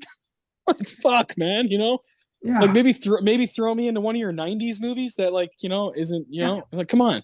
Maybe when you're making Crystal Skull and you have the character of Indiana Jones's son, maybe you kick Shia to the curb and cast Indiana Jones's real son, Short Round, as a grown-up character. Why did they not do that? I don't know, man. Can you imagine him like in Jurassic Park? Fuck yeah. Like that'd be such a cool, it'd just be such a cool added character for that. You just kind of add everything. So yeah, come on, Steve. Yeah. Steven Harrison, where are you guys at? He couldn't have played like an executive in Ready Player One. He couldn't have been a soldier in War Horse, something. Yeah. Anything. God damn it. Yeah. So I don't, Harrison Ford, I don't necessarily, I mean, he's a busy guy. He's got Star Wars movies to die in.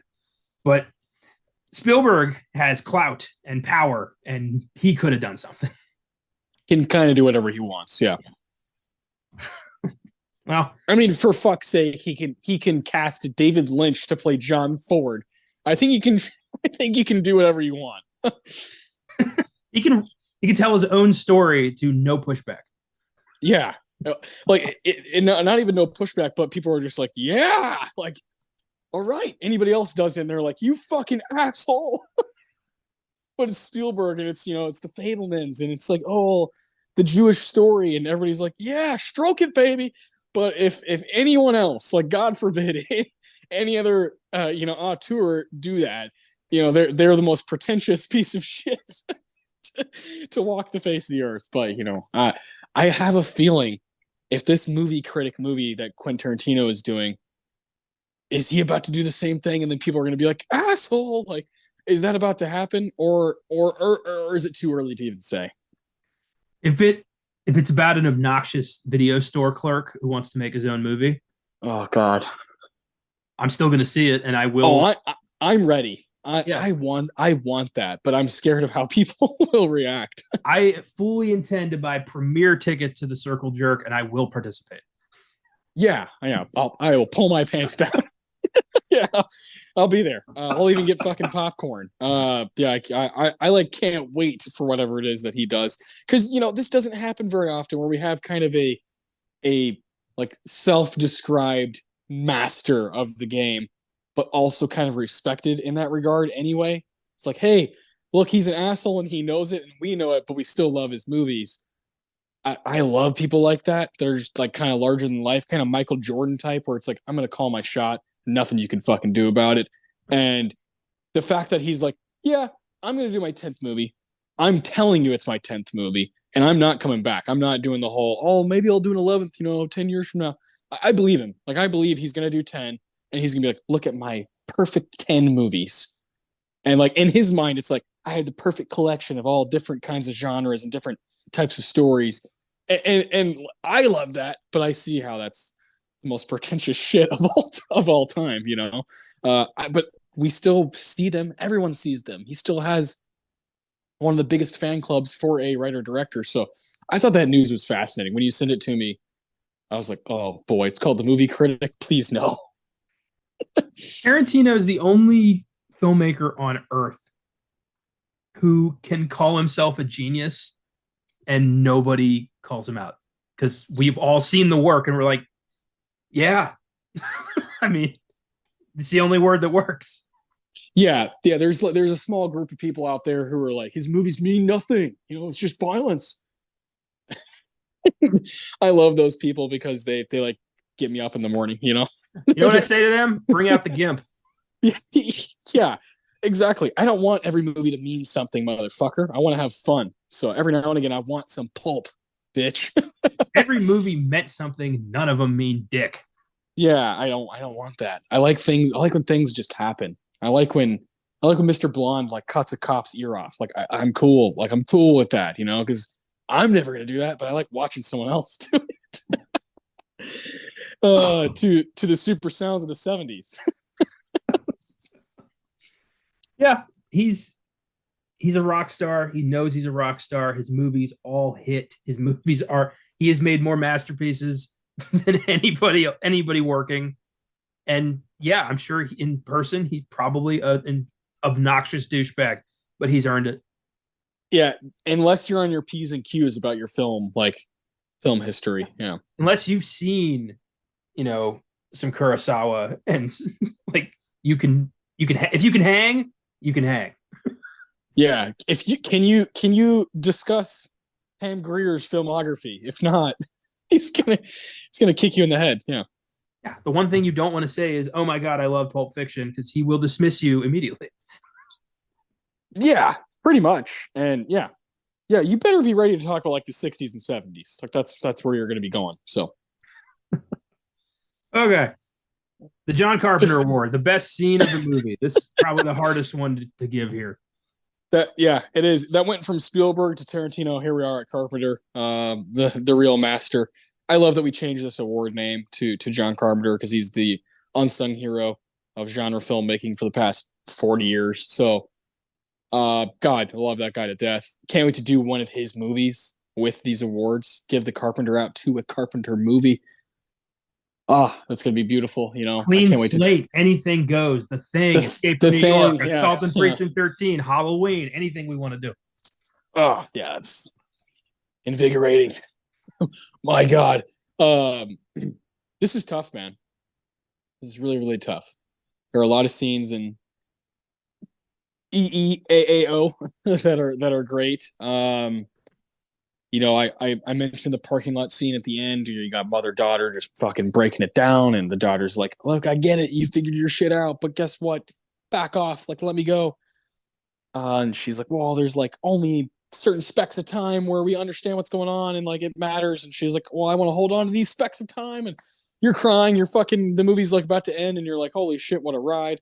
I love that scene to death. I love the scene, when they're in the universe where she is a movie star and her and Wayman are kind of having that talk. I love that scene. But I was like, those are all talky, kind of philosophical moments.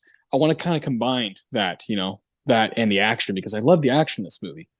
And so I chose when shit first hits the fan. They're at the office. Jamie Lee Curtis has gone fucking berserk and she's, blah, blah, blah, like she's walking around like she's Godzilla. I love that bit. She's flipping tables in the office. And I love when she forces Wayman to explain what's going on. Alpha Wayman, she's like, all right, like what's going on? What's really going on here? What do I need to do to be a part of this, to survive? And like, how do we get out of here? I want to save my daughter. That kind of whole bit, but specifically that scene when they're in that conference room and they're eating the bagels and he's like, "Oh, cream cheese." He's like, "Oh, all the cows are gone." And in my universe, like that part to going out and taking on Jamie Lee Curtis, like insane Jamie Lee Curtis, Deidre, I think is her name. I love that scene so much because it kind of opens the floodgates for what's about to happen. And also I love the initial learning about what universe you're about to jump into. It takes such balls to jump off that diving board, and I love the way this movie does it. Because it does it for a second when they're in the elevator with the umbrella, and you're like, okay, something weird's going on. And then when he fights the people with the fanny pack, you're like, what the hell was that? That was sick, but like, what is it? But until Michelle Yeoh is on board, until Evelyn is on board, that's when the movie really kicks off and gets going. And there's just some great choreography while they're fighting around that office, and the conference room bagel scene, all that stuff. That whole stretch is just kind of like that's my home. So I'd like to think John Carpenter would be very proud of the Daniels for kind of directing the piss out of those moments from point A to point B in that office. How much crazy shit happens. I love it so much. Yeah, I'd love to know what he thinks of this. Yeah, me too. I'd love to know, like, did you see that? Or if he's like, no, I don't see movies anymore. Just a bitter old man who's like, oh, I don't like new movies. Who knows? You never know these guys. Yeah, I think this film handles the exposition dump very well, because that could have been the moment that kind of holds the film back, where like everything's explained, but it's done in a way that you're on board and you're just like, you want to know, you're curious, like, how does this work? And they explain it in a smart way that keeps you invested. And yeah, I thought that worked out very well. Yeah, it could ruin everything. And this is like 30, 40 minutes into the movie. It's very crucial that this lands correctly and this makes some sense. It reminded me a lot of the scene when, also in The Matrix, when Neo is working at his desk, and that's when he gets the call, and he's just following. And it's also a very similar office. They're kind of like cubicles. He's following the rules from Morpheus, and Morpheus is like, "Do you trust me? Like, you got to move. Go to the next cubicle. It's empty." And like doing all this stuff, and you got Agent Smith and his boys chasing Neo. It reminded me of The Matrix a lot. This whole movie does, but specifically that stuff in the cubicles in the office, where you got kind of martial arts mixed in with a really interesting background of, look, there's a plant. there's like a little, fish tank. I love that about this movie. You are the one, Evelyn. I definitely thought that. Yeah. Yeah, it's a great sequence. There's so many great moments in this. I almost went with the butt plug fight. Oh God, dude. That's an Oscar, that's an Oscar Best Picture winning movie. Yeah. I thought that multiple times on rewatch. I was just like, there's nothing like this in the history of the Oscars. Not even nominated, much less win a bunch of awards. How fucking weird this movie is. A guy dropping trow, leaping into the air, blurred genitals so this doesn't get an X rating, flopping right down on a butt plug, and then getting up and fighting like his life depends on it. Yeah. It's fucking great. And the thing, and it's it's what's great about it is it's the trophy that Jamie Lee Curtis talked about earlier. She's like, you see these bad boys? You can't just get these, without seeing through the bullshit. It's such a good kind of full circle thing. Like, look at those little like penis looking trophies. I love that like IRS Agent of the Month award is a butt plug, because all they're doing is fucking you. I love it. Yeah. When Jamie Lee won the Oscar, she posted a picture on Instagram. She said, I keep my 3 awards together, and on the left is the Oscar, on the right is the SAG, and in the middle is that butt plug. Oh, I love that. That's the coolest shelf in the world. Yeah. Oh, yeah, that was fantastic. But ultimately, the scene I went with is way darker. It's when Evelyn looks like she's going to succumb to the bagel. Yeah. And everything, you get a sweep of all the universes. Everything goes bad in every universe. In, her regular world, she's lost her mind. She's destroying the windows of her laundromat. The hot dog people are breaking up. They're crying. Raccacoonie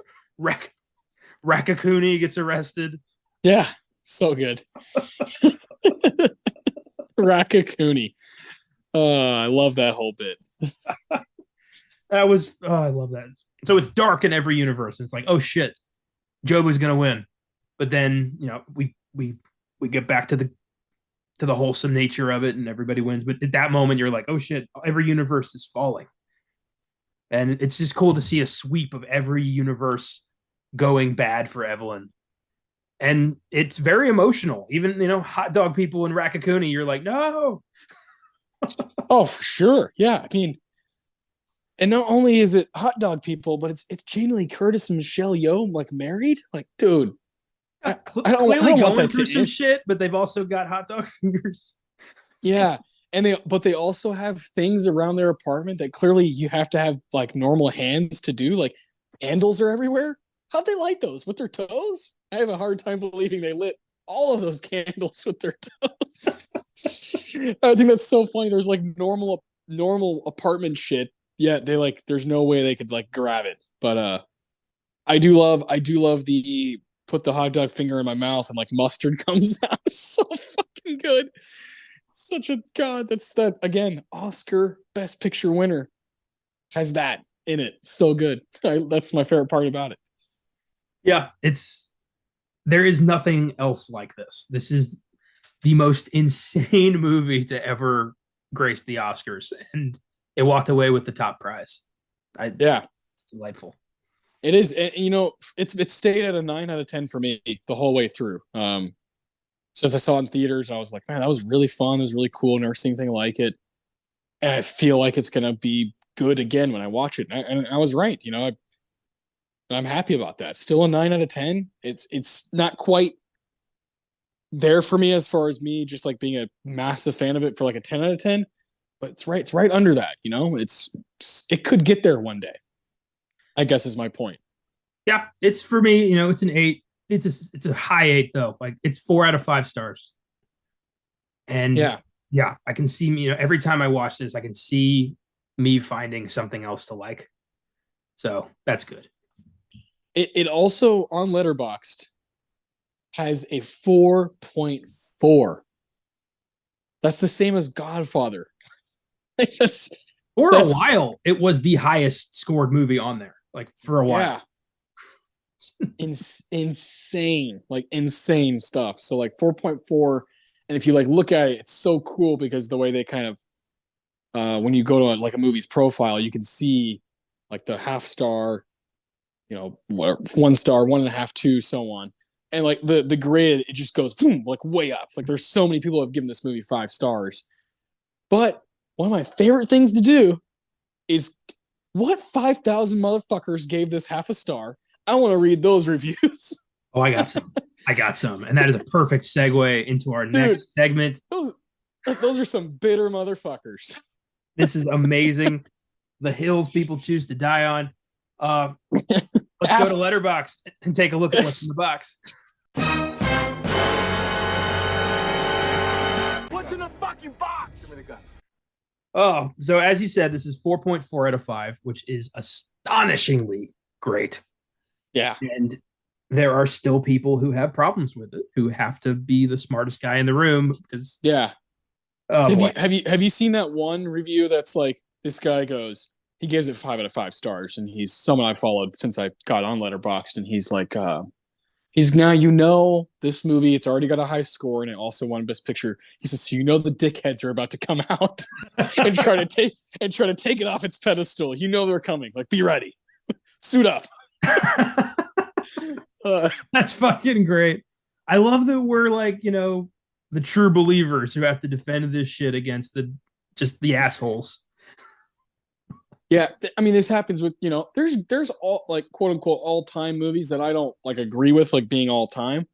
I very rarely am I like that's a piece of shit. Like you're all wrong. Everyone's fucking wrong. Like if I thought that way about like Godfather, I'd have to kick my own ass. Like I can't do that. If something's great, we talked about this with Whiplash not that long ago on Oscar Sunday.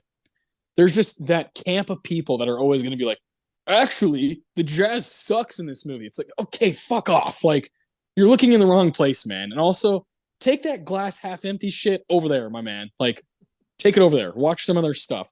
I save the half star, 1 stars for like movies that are intentionally bad.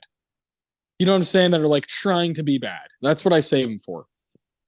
I very much make my own opinion on everything.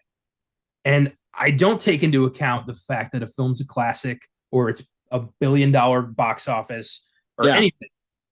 If I like it, I like it. If I don't, I don't. And I don't like when I dislike a classic because I do feel like the asshole, but I try not to be. I genuinely don't like the movie. Like, I'm not, attacking it because it's a classic because I want to be the smart guy. No, it's just like films like, The Razor's Edge, for instance. Didn't care for that. Thought it was boring as hell. I thought it was totally average. Yeah. I think like a good example, like you just recently watched All Quiet on the Western Front 1930. Yeah. And you were just kind of like, nah, it's fine. It's not that great. No, I was like less than fine. I don't need to hear a bunch of Texans trying to act like Germans. Like I'm not stupid. Yeah. Yeah. The remake was amazing. So I think there's a threshold. Like there are some movies that are so old that haven't been reevaluated. Yes. Like literally Rotten Tomatoes has not decided to reevaluate and give a new score. So like those like 100% 1932 movies that you see out there, they haven't been reevaluated under like the lens that we have today. But a movie that comes out in 2008 can get bombarded because it's been reevaluated 15 times in 15 years already. So it's just like, it's completely unfair to like compare these different eras of movies. But when something does stand the test of time, I love when that happens. Like I absolutely love when a movie lasts, for 80 years. That's the best. Oh yeah. Sometimes you get a Shanghai Express or a City Lights and it's perfect. Yeah. You get a Sierra Madre and you're like, yeah, I'm going to give this bitch 5 stars because it deserves it. A good movie knows no national boundary. It knows no, certain decade. Great art lasts forever, regardless of when it came out. Yes. With that, let's take a look at what some people are saying on Letterboxd for this. This one's from Cosmonaut Marky. Great name. Watch it and have fun before film Twitter tells you it's overrated. 5 stars. Yes, I love shit like that. That's so good. Yeah, film Twitter. That's what Letterboxd is basically. It's while it's a great thing, it's also a dark thing because you got a lot of dickheads out there that are just out there, so they're bound to be on Letterboxd as well. Yeah, I don't understand people who just like to ruin things for people. This next one's from James Sheffrillis. If Banshees of Inisherin was in the hot dog finger universe, then Parik and Colm could have just eaten mustard out of each other's fingers and been okay. 4.5 stars. Oh, that's so good. You imagine Banshees ends with just, raw. Of course, with, Colm wouldn't have the fingers to do that. Yeah, true. Yeah, that's exactly right. Oh my God. So people, like when he throws the finger out the door, it's just a fucking hot dog wiener. Just. Oh my God. I love Banshees and I love Everything Ever All at Once. I love thinking about them in the same universe. That is wonderful. Now let's go into a negative review. This is a long one. This is from Danny JC. Okay. It's a 1.5 star review. Guess I'll be the one to say it. I don't get the hype. I starting it out. Oh, I guess it's got to be me. I got to say it. I'll jump on this grenade. Good. Thanks, Danny. I appreciate it. I'm already dying. I love when people start it off like one of my favorite Letterboxd sentences is, I don't get it. They're just like, someone help me. I came in with an open mind. In fact, I was eagerly anticipating this one. I saw the avalanche of positive reviews and got pretty excited myself to finally catch this in theaters. Not to mention this film, as of writing, is currently sitting at number 1 all time in the official Letterboxd narrative feature films list. It's not that anymore, probably because of people like Danny JC. All of this is to say, I appear to be in the minority in my disdain for Everything Everywhere All at Once, and was counting down the minutes until its merciful conclusion. Perhaps it's the style of comedy. When it comes to raunchy, random humor, I am in most cases not going to be the target demographic. Ooh, you sound fun. I do not want to hang out with you. Yeah. Please, for the love of God, stop cutting to the people with hot dogs for fingers universe. It wasn't funny the first time, and I don't need to see it for a 10th time either. Okay. This is pretty good. Maybe it's the shallow, one-note characters whose entire motivations are driven by single issues for the sake of plot mechanics and moving the story along. Did you watch the same movie? Like, what? Here we go. It could also be the Marvel-esque plot dumps that occur with regularity in order to make sure the audience is on the same page with its characters, who also can't follow the convoluted and messy plot structure without everything being outright explained like it's a Wikipedia page. No, I was able to follow this pretty well. Yeah, I don't think it's very tough to follow. If you watch sci-fi and, you kind of get the beats of these kind of movies, that you do have to, you have to kind of like allow yourself to get on board with it. You have to like free your mind a little bit, like Morpheus says, free your mind. It's okay to do that. It's also a goddamn movie. So there are going to be times when movies have characters that are doing things to move the movie forward. Like eventually it's got to, it's 2 hours. Like it has to end. You have to get where you're going. So not everything's, going to be so self-serious. Quick aside, my all-time favorite moving the plot forward moment is in Deadpool when TJ Miller hands Ryan Reynolds the guy's like Agent Smith's card and is like, here, might help further the plot. Yeah. Straight up, just saying, like, you have to go over there now. There's nothing wrong with that. If you know what you're doing, you understand, like, this is for shits and gigs. Like, come on. Sounds like this guy sounds like he says, I was eagerly waiting. Eager? You don't seem very eager, my guy. Oh, it gets worse. Oh, no, I got it. It's got to be the empty truisms and bland universal moments of truth that sound less like a profound moment of clarity and more like a hastily written college freshman paper from someone who forgot their philosophy assignment was due at midnight. Ooh. What? I was like, somebody forgot to do their philosophy paper. Yeah, it also sounds like, oh, what movies have you made? Like, oh, is your multiversal adventure better? I'd love to see it. Yeah, I'd love to check that out. Oh, you also know Michelle Yeoh? Oh, cool. All right. Yeah. All right. Is there another Danny you could make this movie with? The Dannies present just the most boring piece of shit of all time. This is the third Daniel who got ousted. Yeah, they're like, God, we gotta get rid of Danny. See, we can't keep doing this. Again, I don't get the hype. I don't think I'll ever get it. And that's unfortunate because I really wanted to like this, but instead came out hating it. Sadly, Everything Everywhere All at Once is about nothing and ultimately goes nowhere all at once. 1.5 star. You sure you really wanted to like this? Yeah, okay, this is kind of my thing. You go into a movie that like he says, he's right. It's very hyped up. It's very, got very positive reviews. So your expectations are in a certain place. And you do want to be on board with that. And I definitely felt the same way where I was like, I hope this is good. Like I really do. I don't want to come out like a little like questionable. I wanted to like it and I was looking for reasons to like it. And I came out like, oh, that was fun. This guy sounds like he was not looking for reasons to like it.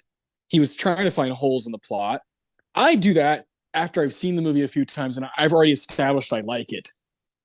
Like now, after I've seen Matrix 40 times, it's fun to make fun of the shit that doesn't make sense. Yeah. I still love the movie to death, Like I'm able to put that stuff to the side and still love the movie. I still really like Everything Everywhere All at Once, even though the second watch, things were like, oh, okay, there's a plot hole there and there. Like, that's okay. It's okay. You can still have fun. Still have a good time. And that the movie goes nowhere, I've heard that before. I don't think so. I mean, even if it's a lot of, fluff and popcorn and CGI and entertainment and martial arts, at the end of the day, you do get a very profound moment between a mother and daughter, and a mother, and her daughter and her daughter's girlfriend and the grandfather, of acceptance and of, oh, actually, it wasn't so bad after we just broke the ice and said, hey, this is my girlfriend. Yeah. That's worth it. That's not going nowhere. So I don't know. Danny, sorry, Danny. With a lot of films, I think with most films, you need a certain degree of empathy to get on board. And if you can't empathize with the situation at hand, there's nothing that can be done for you. You got to be able to not understand it, but give a damn. Yeah. Have a heart. Yeah. Because it sounds like your friends all went and saw it without you.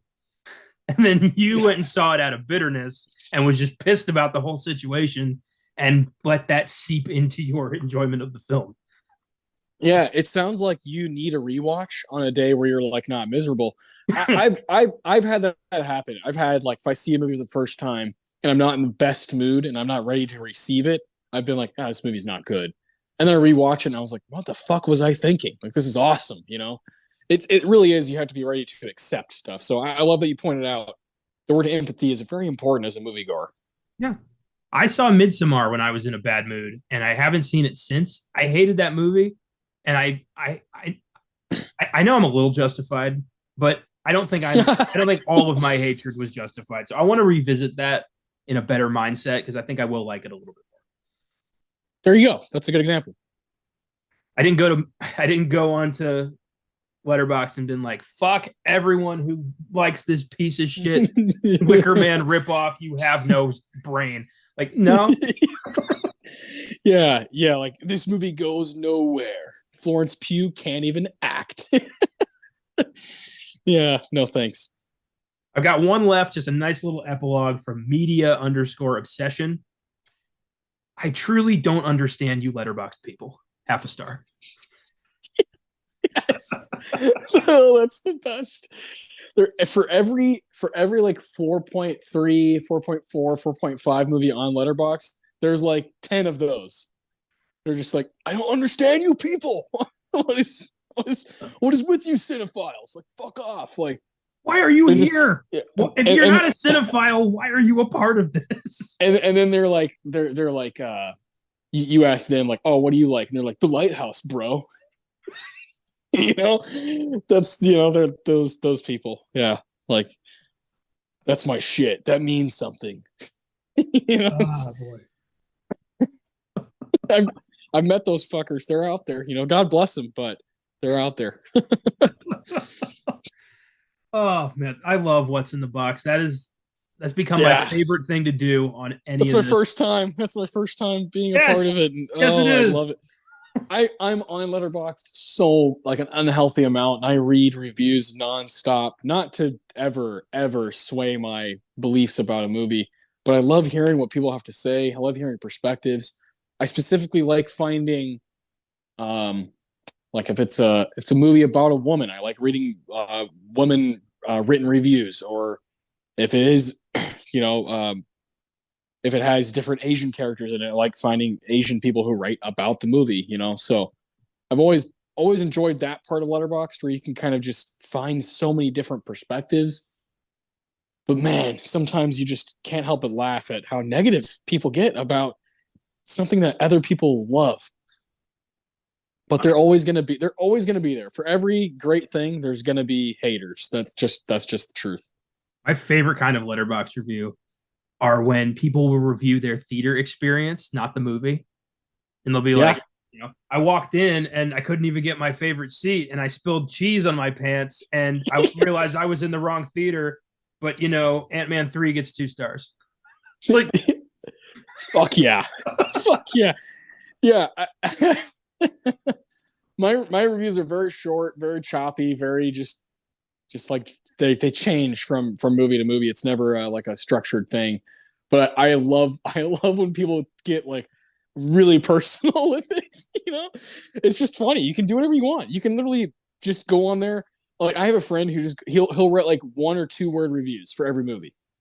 And so, like, there's one where he just put fashion. or like fuck. just like what's the first word that comes to mind when you think of that movie? Like God damn it, what's that Christopher Nolan movie that came out a few years ago? Tenet. Yeah, his review for Tenet is just not good. And if you met him, you'd be like, oh yeah, that makes sense for this guy. But I also love the super long, like incredibly well thought out reviews you can get lost in. Like some of them have brought me to tears. There's a guy, his name's Demi. It's one of the most popular Letterboxd profiles, and man, he'll write reviews that just like tear me to pieces. And I'm like, God damn, he took the time on his phone to do this, and here we are.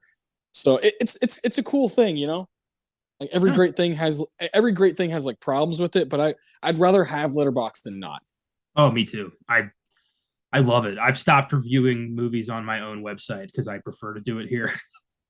It's all right there. It's all compact. I don't have right to build there. shit. I just go, oh, there's, I just watched Rodan. There's Rodan. I write my 3 paragraphs. I'll save it. I'll move on. How was that? It was all right. For a 1950s monster movie, it was not really any story, but the creature effects were surprisingly really good. So I gave it props. 3 out of 5 stars. Okay, I might watch that at some point because that's the Godzilla guy, right? Yeah, Toho Productions, and I think Ishiro Honda directed it. So yeah, the Godzilla people. Sweet. Yeah, I might check that out at some point. I saw it's on something. So yeah, they're all on HBO Max. Okay, there you go. Yeah, so that's fantastic. I love that. Love monster movies, and it's only like 80 minutes. So yeah, why not? They're all pretty quick. Yeah. Nonsensical, big monsters stomp on little people and break cardboard cities. Yeah, there you go. I'm in. This was a blast. This is the best structure. Just apply this to every movie and we can do anything. It's going to be fantastic. Yeah, it's great. It's good. It's a Frankenstein thing, kind of take all the cool shit from all of our shows, and here we are. Should have been doing it like you said a long time ago, but it's better now than never, True. Yeah, true. Well, thanks for listening, everybody. If you like the show, feel free to follow us on Facebook, Instagram, and Twitter at Filmgazm Productions. If you want to suggest films for us to check out, you can email us at filmgazm@gmail.com, or, of course, send us a message through any of the socials. Check out our Letterboxd accounts for daily reviews. You can search me at Connor95, and in my friends list, you can find the rest of the team. Check out our website, filmgazm.com, where I have a link to that letterbox if you want to read the reviews. You can also find articles, trailers of upcoming films, and every episode of our show. If you'd like to become a monthly donor to Filmgazm Productions, feel free to click on the link in the episode description. From there, click on Support This Podcast. You can choose to donate $1 a month if you like us, $5 a month if you love us, and $10 a month if you can't live without us. All donations go right back into the podcast, recording equipment, advertising, movie rental budget. We appreciate any donations. So if you feel like doing that, we love you. Thank you so much. Thanks to the entire Filmgazm team for their constant friendship and contributions to the show. Austin Johnson, Caleb Leger, Josh Allred, Colton Jenkins, Cristian Aguilar, Isabel Gonzalez, Jeremy Johnson, Adam Johnson. Thanks, guys. You all rock. Thanks to Cooley Cow for our awesome theme music. And thanks to you for checking out our show and making it this far. In the words of Doctor Who, always try to be nice, but never fail to be kind. The multiverse is a big place. It needs a lot of love. Take it easy, keep watching movies, and we'll see you next week.